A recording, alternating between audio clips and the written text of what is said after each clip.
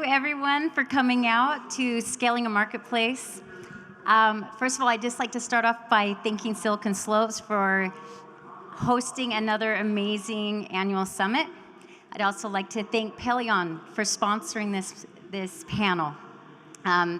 They have been very influential in this community and very supportive. We even have two of their portfolio companies on stage, Nursa and Neighbor. And 21 of their portfolio companies with Medici Ventures, which is we're the limited partner. Now, I'd like to have a little bit of participation here. By raise of hand, how many of you have used a marketplace in the last week? So DoorDash, Uber, Instacart, Neighbor, Overstock, Nursa, Dree, anything. Look at those hands. Now, how many of you are thinking of starting a marketplace? And how many of you have already begun to start a marketplace? I just want an idea for us on this panel of who we're speaking to. But I also am going to ask if we can make a little bit of noise so everybody knows whose panel is the most exciting right now. My husband's also moderating another one, so it's a little bit of a competition. So if you don't mind, just giving a big round of applause for our panelists.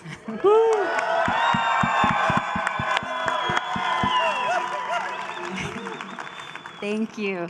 Now, I'd like to introduce, we have Joseph. Take that, Scott. Scott, if you can hear us, we're better. So, Joseph Woodbury, founder and CEO of Neighbor.com. Neighbor is disrupting a $40 billion self-storage industry marketplace. And it's phenomenal what they're doing. They raised $65 million with, sorry, I'm going to look at my notes, I apologize. 40 billion storage industry. Okay, Joseph raised more than $65 million in funding from world top investors, including Andreessen Horowitz and the creators of Airbnb, Uber, StockX, and DoorDash. Joseph and his team have grown Neighbor to have a user base that reaches all 50 states in the U.S. And Curtis Anderson, founder and CEO of Nursa.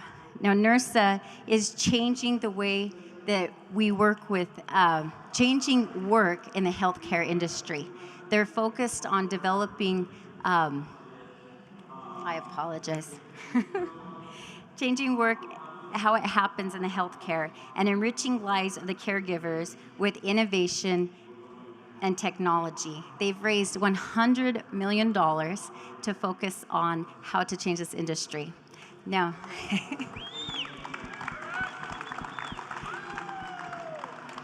and we have Jonathan Johnson, CEO of Overstock, which is a Utah-based company as well. I want to highlight all our Utah-based marketplaces. This is phenomenal. And Jonathan has 20 years experience with Overstock. He's been with them through numerous changes, from being a liquidator to the online leading furniture retailer that it is today. They have 3,000 suppliers, which help them in their mission of helping provide and focus on making dream homes come true. We have a phenomenal group here with a wealth of knowledge, and let's just give them one more round of applause.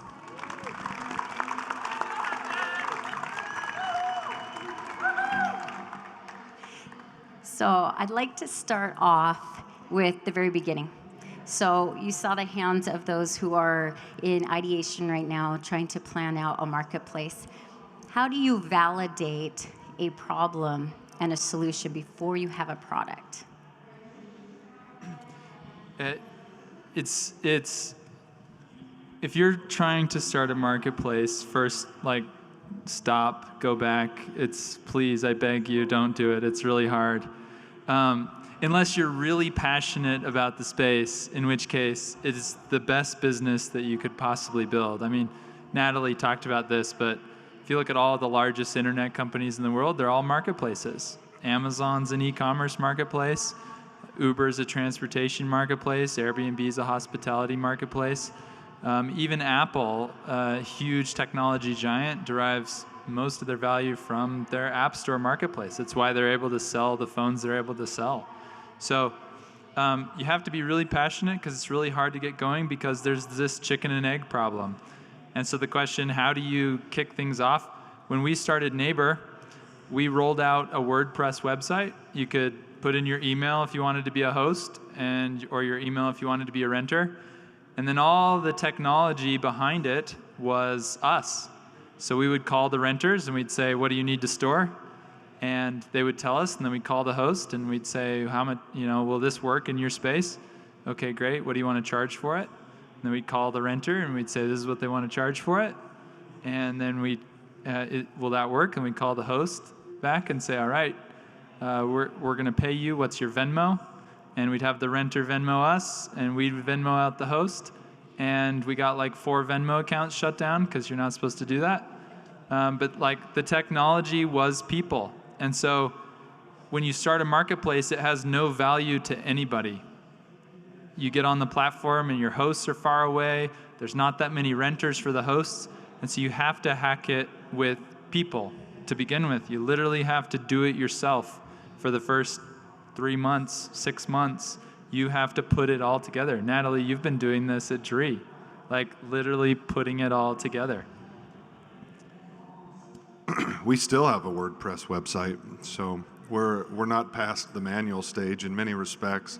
I think $100 million on a WordPress website. That's the title of your book. I'm telling you, the manual experimentation works, and I think it's one of the most beautiful aspects of a marketplace business is how much of it on the front end is an understanding of customer, or how much of that the depth that you have to get there. As you start to connect the dots, then it's about automating the next pieces. Very similar to Joseph, I bought an agency, which was the first exposure to the space, and then as I learned more about how that process worked, we started applying software to different layers, and then you get to a point where you can introduce the two parties to one another through the software instead of through you or through another member of your team.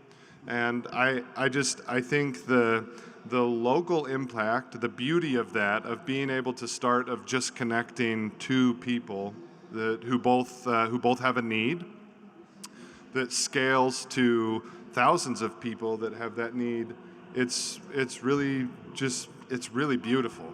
I love the prospect of how that works and how so many marketplaces started from that same position. So you had like a nursing talent agency, so you were literally connecting it by hand before you put technology into it. Indeed, yeah. And for us, one of the really early discoveries was there's two types of needs for us that an agency would fill. Nurse Nancy is leaving on maternity leave, and we've got to fill the position for 12 to 16 weeks, and that's what's called a contract in the space.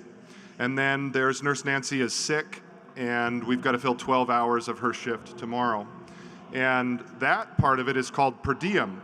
And most agencies find it revolting to prioritize 12 hours of revenue over 12 weeks. And so from a fiscal sense, it just wasn't important. And I think that's another beauty. Most marketplaces, are born from a place where they're solving a really ugly problem. Actually, it's not something that is that glamorous on the front end. And then to be able to scale the automation and connect the parties. Storage is really glamorous. Absolutely. I think you're a rare exception to this in many facets. I want to talk about an ugly business, and it's how we started. Overstock, our name describes who we were at the beginning. We were a liquidator. And every retailer and every manufacturer generally makes too much or has extra supply. And so the way our business started is we would buy that Overstock liquidation goods. It actually started out, we then listed up on a piece of paper, and it would be fax blast I'm sorry, most people here probably don't know what a fax blast is. What is that? We'd send a fax out to a bunch of flea market operators. We decided that belonged on the internet so that consumers could buy this without going through another set of retailers in the middle. Took out those middlemen that ran flea markets. That's how our business started, but it morphed into the marketplace it is today when we had suppliers who were making first-rate goods. And by the way, that was a capital-intensive business. We had to buy the liquidation inventory. And so the year that we did $50 million in revenue, our inventory peaked at $35 million. We needed money to make money. And that was really not that much of a marketplace. But then we had first-run suppliers come to us and they said, we like how many customers you have buying your liquidation products. Can we just list our product on your site?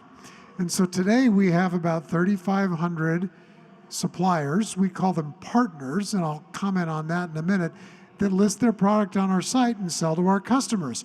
And so this year, when we do $2.5 billion in revenue, our inventory won't be anywhere near $35 million. We've gone from a capital-intensive business as a non-marketplace to a non-capital and asset-light business as a marketplace, and that's part of the beauty of a marketplace. I think when you're thinking about setting up a marketplace, you need to realize you have two sets of customers. You have supply customers who are giving you what you're going to sell, and you have demand customers who are going to buy what you have to sell. And you really need to think about both of them as people that need white glove customer service. And that's what we learned as we brought in all these partners to be our suppliers that could then supply to our purchasing customers. Thank you. To add on to this, the chicken before the egg, I've even heard the term, just go buy the chicken, right? But that's really costly. So even looking at different funding. But I really appreciate each of your comments because it is very, and thank you, Joseph, for even saying you've got to really want it. You've got to really want to solve this problem. But validating it early on and really validating that problem solution. I'd also like to, I've heard in all of you, you've got to white glove. You've got to help this. It's not a scalable task, but it adds to the momentum. So can you please share another example of, and I know some of your stories as well, Joseph, really fascinating early on, which remind me a lot of Airbnb's early days. But what were some of the things you did as a company that were not scalable, but they gained the momentum necessary to get to that next level? Yeah, I think there's this term that's starting to be used in the marketplace world of a managed marketplace. And you classify different managed marketplaces as unmanaged or managed. I think, though, in a way, every marketplace starts as a managed marketplace. And then as you achieve scale, you can become a more unmanaged marketplace through technology and automation.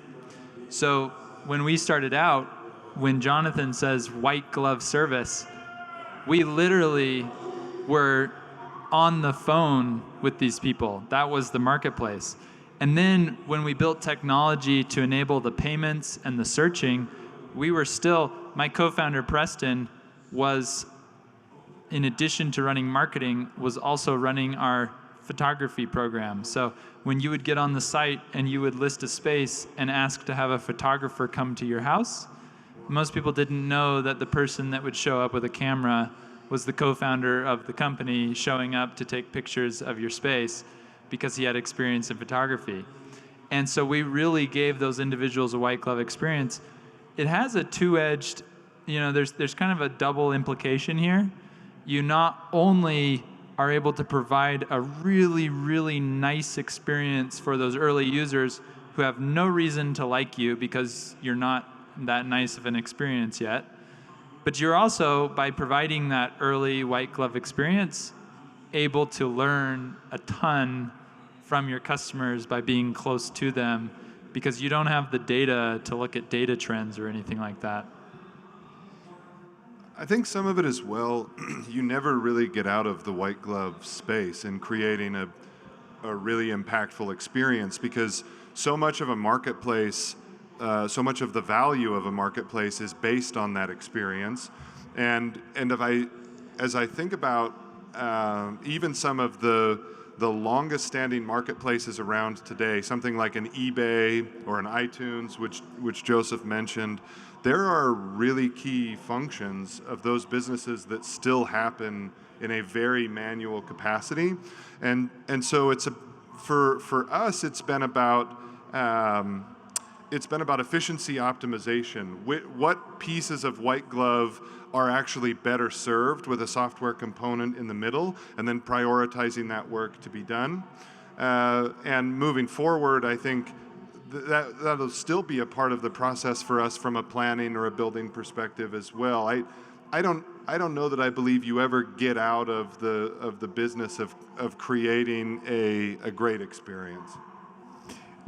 I think it's so much of what we did that wasn't automated, that has since become automated, was crucial to our growth. For our supplier partners, one of the things that was really important was to help them know what they could manufacture and sell for us. So for example, we had a lot of data on what customers were coming to our site and looking for. Years and years ago, one of the top search terms that we didn't have any product for was cribs. So we went to some of our our bed suppliers, and we said, hey, we see a real nascent demand, a latent demand for cribs. Would you like to build cribs for us?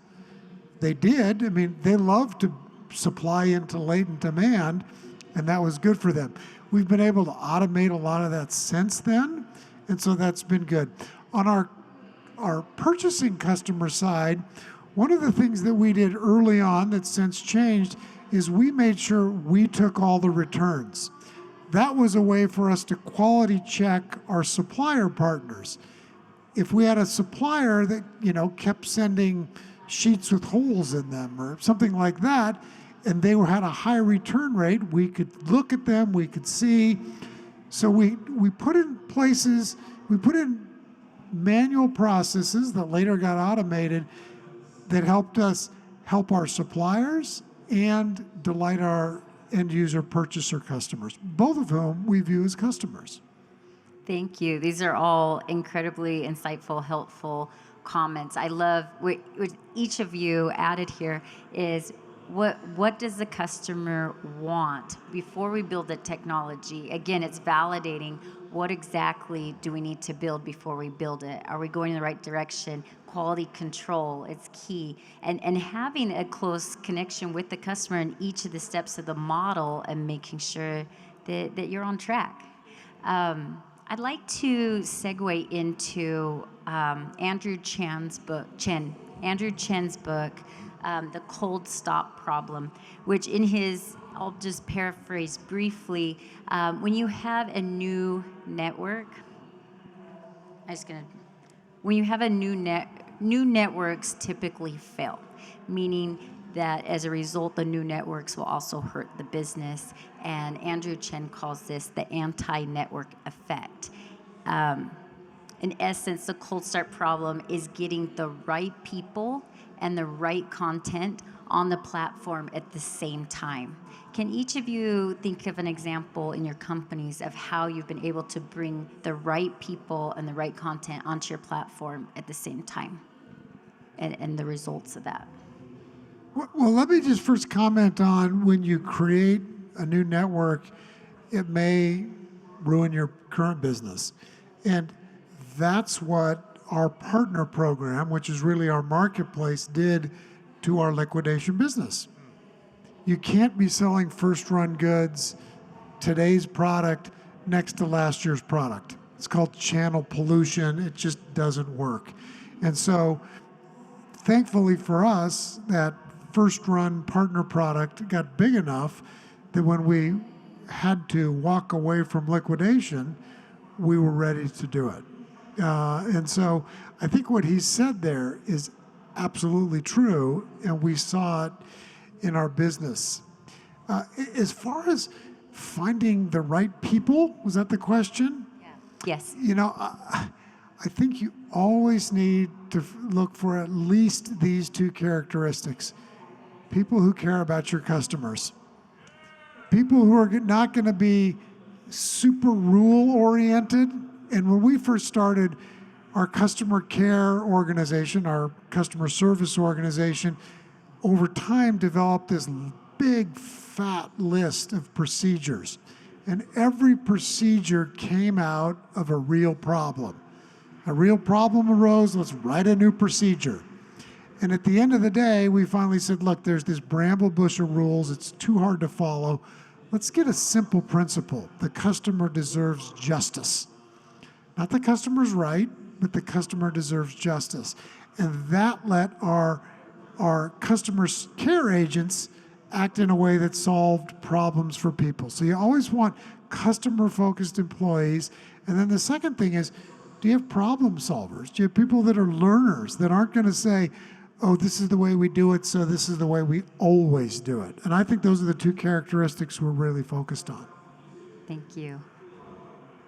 I have a couple stories from when we got our first customers. I think a couple things I'll mention is your first customers don't necessarily look like your later customers. Like the first 1,000 customers in each market are going to look very different from the next 10,000. And the second thing is that, you know, in a marketplace, naturally, you're trying to kickstart it. You think a lot about getting those customers, but you have to think as much about, should we still have the customers that we have? So a couple stories from when we were getting our first customers. You really have to do things that don't scale. We were going around knocking doors, trying to find homes that had extra space in them. And then we started flyering homes, and we just felt like people were throwing our flyers in the trash. So we had this brilliant idea to attach $1 bills to the flyers with a paper clip, and the flyer said, "This is the first dollar you'll make on Neighbor." And then at least people couldn't throw the flyer away because it had a dollar bill attached to it. And that helped us get kind of a critical mass in our home market, and that's not how we get customers today. Kind of to speak to the second piece of that, it's as important to change your customers over time to ensure the quality of your marketplace. If you look at a company like Airbnb, they started out as a couch surfing marketplace. And the quality of supply that you need, the quality of hosts that you need for couch surfers is here. But the market for couch surfers is also like not that big.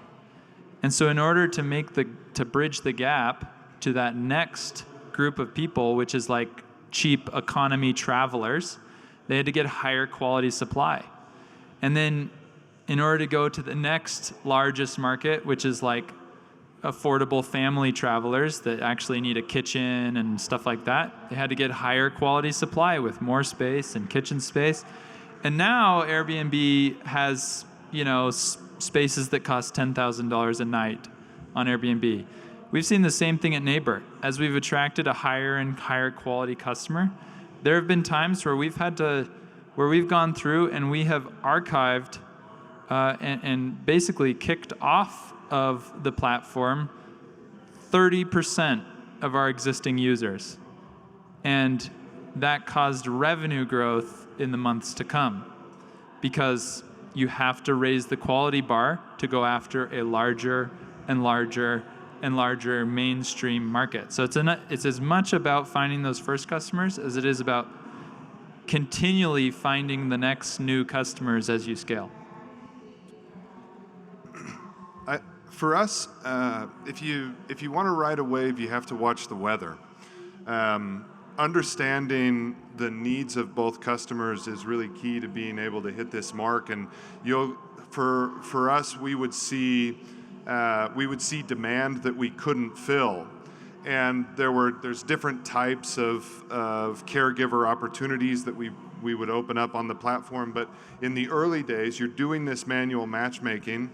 You're short on people and team, and so you have to pay particular attention to the things that hurt the worst on either side of the market. We build muscles by continuing to lift the things that weaken us. And so the more painful it was for a facility when we didn't fill a day shift versus a night shift, or an ER shift versus an OR shift, that was where we would direct our attention. And so you have this mountain of information that's coming through. You can't tackle all of that at once, and you know you're trying to strike against an opportunity. And so for us, it's listening very closely to the things that will matter most tomorrow. In most cases, we're solving short-term problems. I mean, all of us are solving. Time is a key component, and in most marketplaces, timing and agility matters deeply. But listening to the most painful pieces helped us align which people we should bring to the table. It helped us traverse the users over time and the difference of those profile sets. And now that conversation on our teams looks a lot more statistically rich, right? You're using information to guide that next set of decisions, but early on, you can't fill all 10 shifts as a single individual. So which one do we think, based on what we knew yesterday or what they said to us yesterday, is most important to tackle today? And Joseph, I totally agree with you. You have to look at your supply customers and change them from time to time. You do upgrade. And when we first started, our first supply customers tended to be jewelry and watch companies, and we really grew with them. But over time, we learned that our purchasing customers that were most loyal were those that bought home furnishing and furniture. They came to the site more often, they converted at a higher rate, they had a higher average order size. They were the customers we wanted to go through. So we have just finished a 6-quarter process of taking everything non-home off the site, which meant over 6 quarters, we were taking off about 20% of our revenue. Short-term pain, for what I am convinced, will be long-term gain because we're more focused. We're a home furnishing company. We were a liquidator, we were a general merchandiser. Today we're focused as a home furnishing company, but that's been part of the people, when you think of people as suppliers, that's been part of the changeover process that Joseph talked about in his business, and we've certainly seen in ours. And that's so hard to do, and so many people don't do it, and their marketplace stagnates out, and they wonder why. And it's because they have to make some hard decisions to pursue growth. If you look at DoorDash, if you look at Airbnb, if you look at Uber, all of them made the hard decisions that Jonathan was willing to make over the last 6 quarters to take their business to a bigger and more global network. I was just going to ask, Natalie. Extra hard when you're a publicly traded company. Yeah. And life is measured in quarters. Yeah. On the opposite end of the spectrum, Natalie, I was going to ask, I know you're the moderator, but you're literally solving the cold start problem right now with Dree. Like, what have you found that's worked? With Dree, really,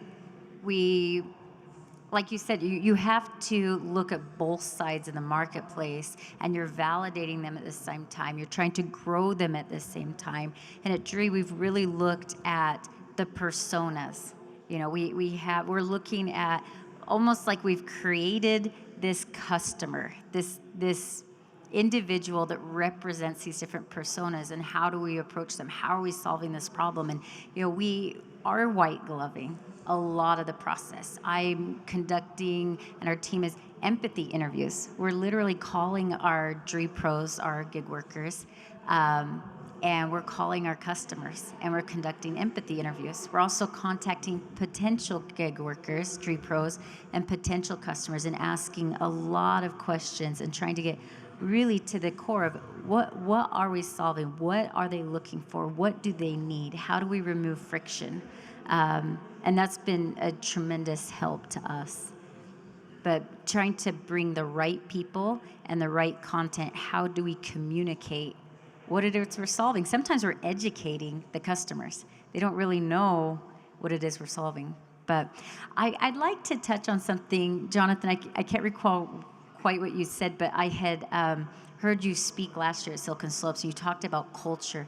I recall now, you had said bringing on the right people, but bringing on like the customer support and how they're communicating to the customer. But I think culture is at the center of that. And you had spoken at Silicon Slopes last year on this, and if you could each share, how do you instill culture in your company, and what are the residual effects of that? Well, I'll talk to it for a minute, but I really want to hear what Curtis and Joseph say, because they're culture mavens. But I think when you're creating a marketplace, you worry about your supply and your demand, and you worry about who you are. And who you are is your culture. And you have a culture whether you know it or not, and you have a culture whether it's intentional or not. So the kind of culture you want is one that you know and that you're purposeful about. And Overstock over the years has sometimes had a culture we haven't really known or we didn't really like. There was a time when our campus, and we have a lovely 19-acre campus, was a surrogate for culture. Today our culture is intentional. We have a vision. We make dream homes come true. We have values: to be you, to know your numbers, to do good. We have leadership qualities, and we highlight people that are we are Overstock culture superheroes in every meeting.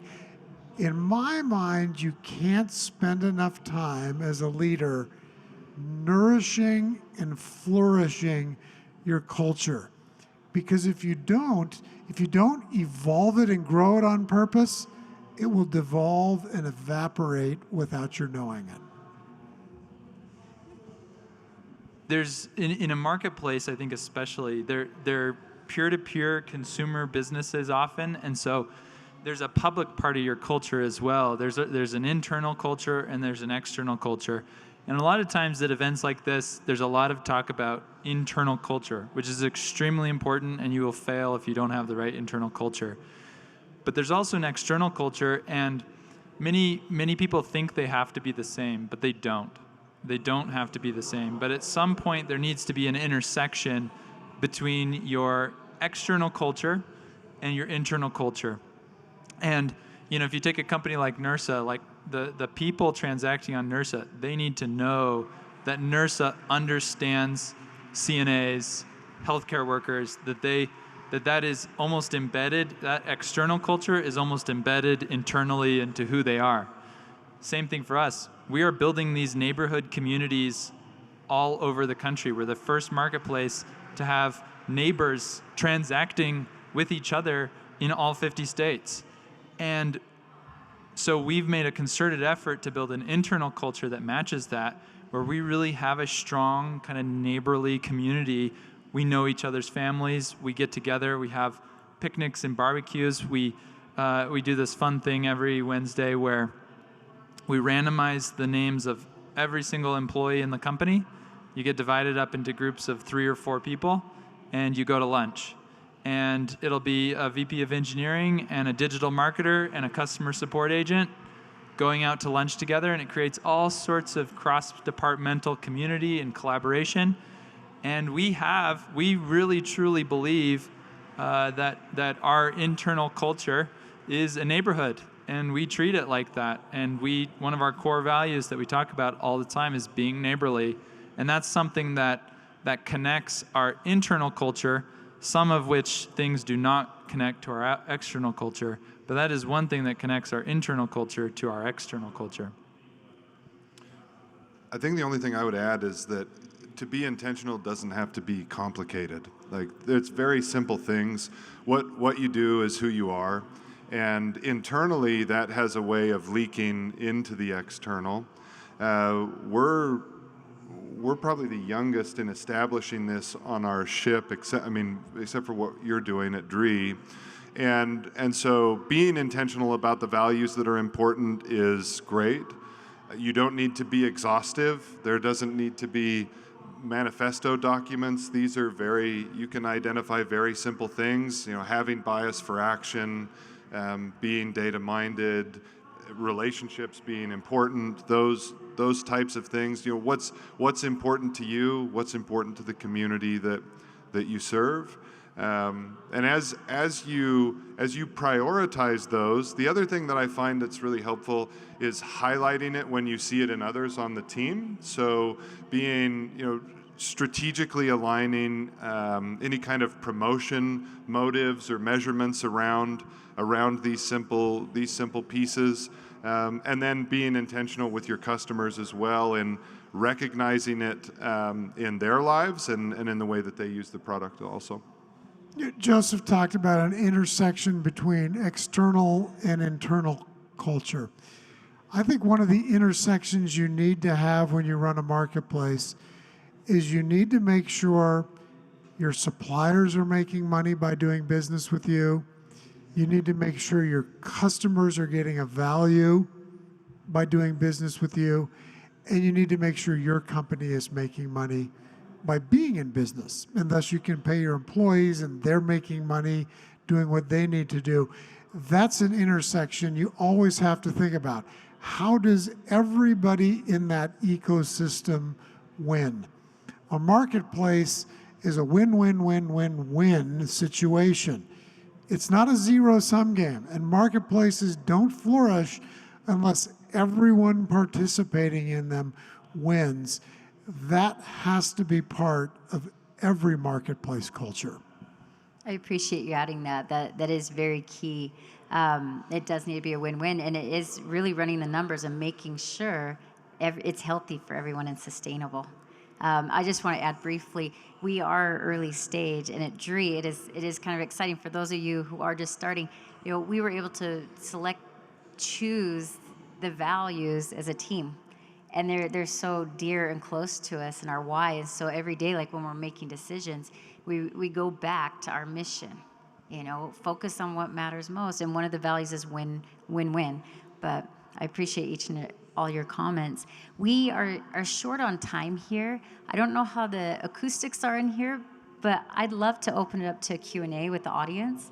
If anyone has a question, a burning question they'd like to ask, we have a wealth of knowledge on this stage. So if anybody would like to ask questions, otherwise I will continue to ask. Oh, yes.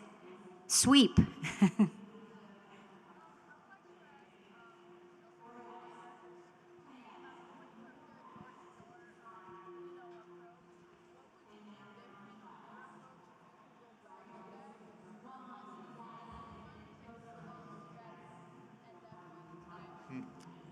Yeah, so tell me if this... Will you repeat the question? My old man ears could not hear that.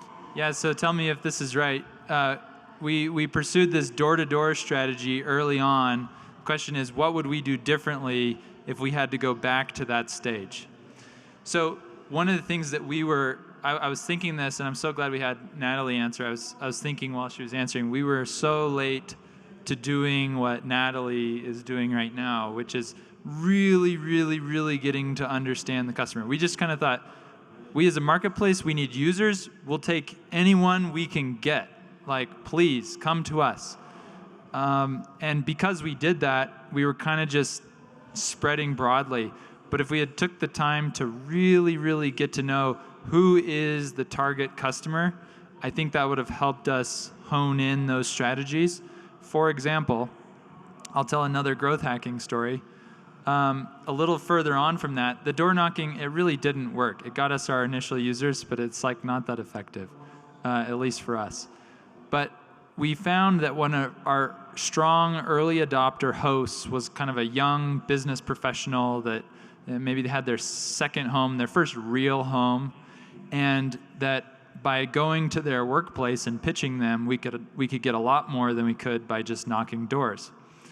Well, we were doing these lunch and learns, and these lunch and learns were expensive, time-consuming to set up because we had to coordinate with the business to come in, provide everyone lunch, and then give a pitch on neighbor, and just not a great way to scale a business. So my co-founder had this brilliant idea to, he found this water bottle company where he was able to get water bottles for like nothing, like cents on the dollar.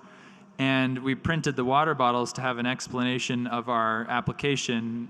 It was a nice smart water bottle, and it had the step-by-step download the app and how much money you could make. And instead of coordinating all these lunch and learns, we would just show up at the office. We had a team that would show up at hundreds of offices, drop off a box of water bottles at the receptionist desks. They couldn't throw it away like they could all the rest of the junk mail. They had to go like take those waters and put them in the company fridge, and then everyone would take them out and use them, and they'd sit on conference tables for 6 months.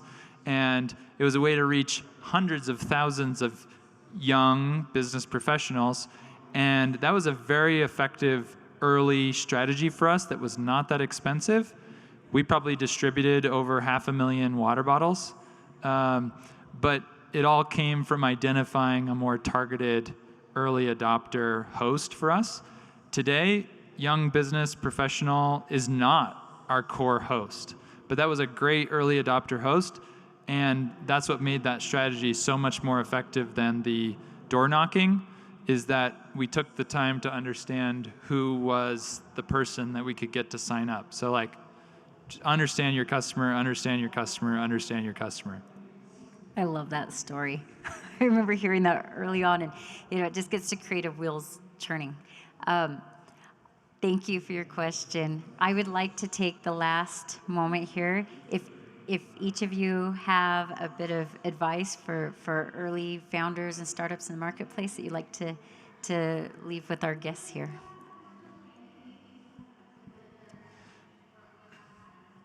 A marketplace is, Jonathan mentioned this, it's composed of a host and a renter and a platform.